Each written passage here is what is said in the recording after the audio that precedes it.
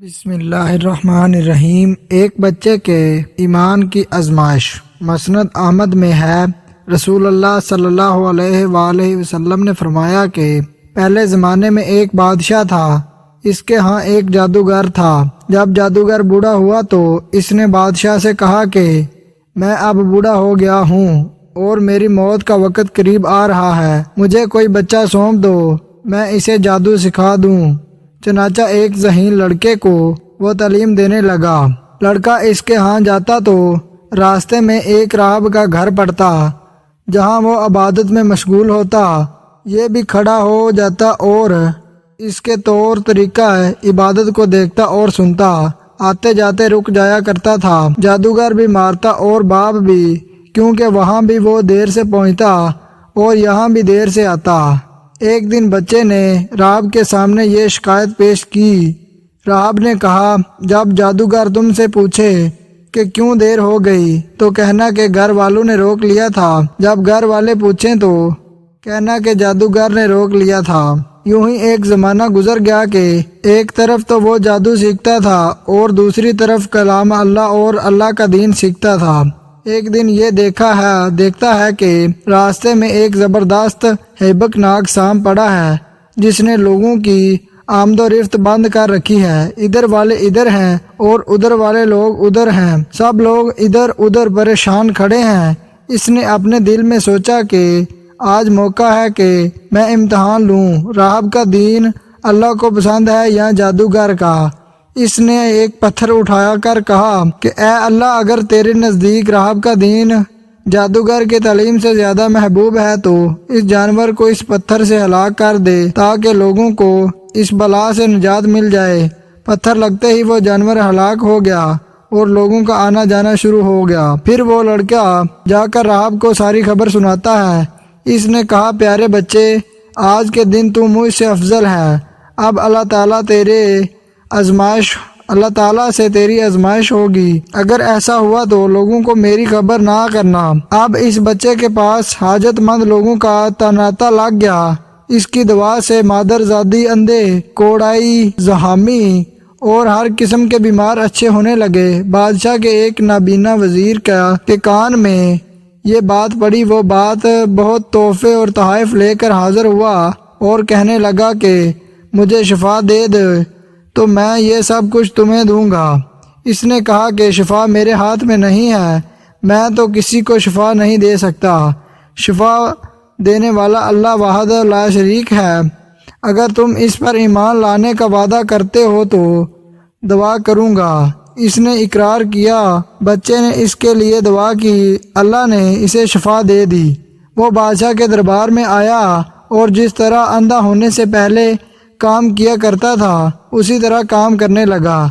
اس کی آنکھیں بالکل روشن تھیں۔ بادشاہ متعجب ہو کر پوچھا کہ تجھے آنکھیں کس نے دیں؟ اس نے کہا، میرے رب نے۔ بادشاہ نے کہا، یعنی میں نے دی ہیں؟ وزیر نے کہا، نہیں، میرا اور تیرا رب صرف اللہ ہے۔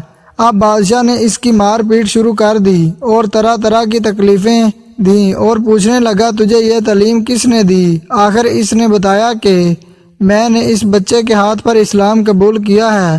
اس نے بلایا اور کہا کہ اب تم جادو میں اتنے کامل ہو گئے ہو کہ اندھوں کو دیکھتا اور بیماروں کو تندرست کرنے لگے ہو۔ اس نے کہا، غلط ہے، میں کسی کو شفا نہیں دے سکتا ہوں، نہ جادوگر ہوں، شفا اللہ کے ہاتھ میں ہے۔ وہ کہنے لگا، تو اللہ میں ہی ہوں؟ اس نے کہا، ہرگز نہیں۔ بادشاہ نے کہا، پھر تو میرے سوا کسی اور کو رب مانتا ہے؟ تو اس نے کہا کہ میرا اور تیرا رب اللہ ہے۔ اس نے اب اس بچے کو طرح طرح کی سزائیں دینا شروع کر دیں، یہاں تک کہ راہب کا پتہ لگا لیا اور راہب کو بلا کر کہا کہ اسلام کو چھوڑ دے۔ اس نے انکار کیا تو بادشاہ نے اسے آرے سے چروا دیا۔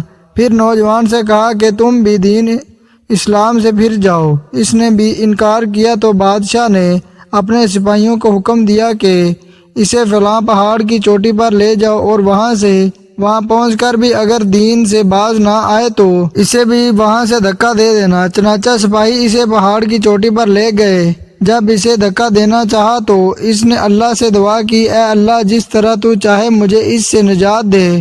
اس دعا کے ساتھ ہی پہاڑ ہلا اور سب سپاہی نیچے گر گئے، صرف وہی بچہ بچا، باقی بچا۔ وہاں سے بادشاہ کے پاس گیا۔ بادشاہ نے کہا کہ یہ کیا ہوا، میرے سب سپاہی کہاں ہیں؟ بچے نے کہا اللہ نے مجھے بچا لیا، وہ سب ہلاک ہو گئے۔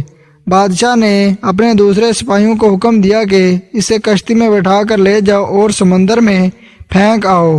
یہ لوگ اسے لے کر بیچ سمندر کے پہنچ کر اسے پھینکنا چاہا تو پھر وہ وہی دعا کرتا ہے، اے اللہ جس طرح تو چاہے مجھے ان سے بچا۔ دعا کے ساتھ ہی موج اٹھی اور سارے کے سارے سپاہی سمندر میں ڈوب گئے، صرف وہی بچہ باقی بچا۔ پھر وہ بادشاہ کے پاس آیا اور کہنے لگا میرے رب نے مجھے بچا لیا، اور اسے ایسے بادشاہ تو چاہے جتنی ترکیبیں مرضی کر لے، تو مجھے ہلاک نہیں کر سکتا۔ صرف ایک صورت ہے جس طرح میں کہوں اگر تم اس طرح کرتے ہو تو میری جان نکل سکتی ہے۔ اس بچے نے کہا تمام لوگوں کو ایک میدان میں اکٹھا کرو اور پھر کھجور کے تنے پر مجھے سولی چڑھاؤ اور میرے تیر کو میری کمان پر رکھ چڑھاؤ، اور اللہ کے نام سے جو اس بچے کا رب ہے پڑھ کر تیر میری طرف پھینکو، وہ مجھے لگے گا اور میں مر جاؤں گا۔ بادشاہ نے یہی کیا، تیر بچے کی کیٹی میں لگا، اس نے اپنا ہاتھ اس جگہ رکھ لیا۔ چاروں طرف سے یہ آوازیں بلند ہونے لگیں، ہم اس بچے کے رب پر ایمان لائے۔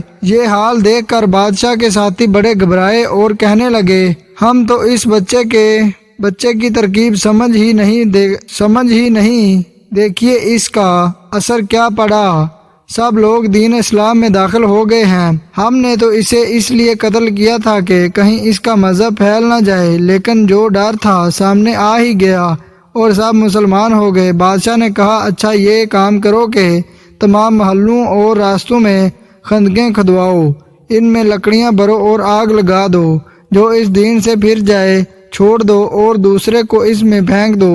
مسلمانوں نے صبر و شکیب اور سہارے کے ساتھ آگ میں جلنا منظور کیا اور اس میں کودنے لگے، البتہ ایک عورت جس کی گود میں دودھ پیتا چھوٹا سا بچہ تھا ذرا بھی کی تو اس بچے کو اللہ نے بولنے کی طاقت دی۔ اس نے کہا اماں کیا کر رہی ہو، تم تو حق پر ہو، صبر کرو اور اس میں کود پڑو۔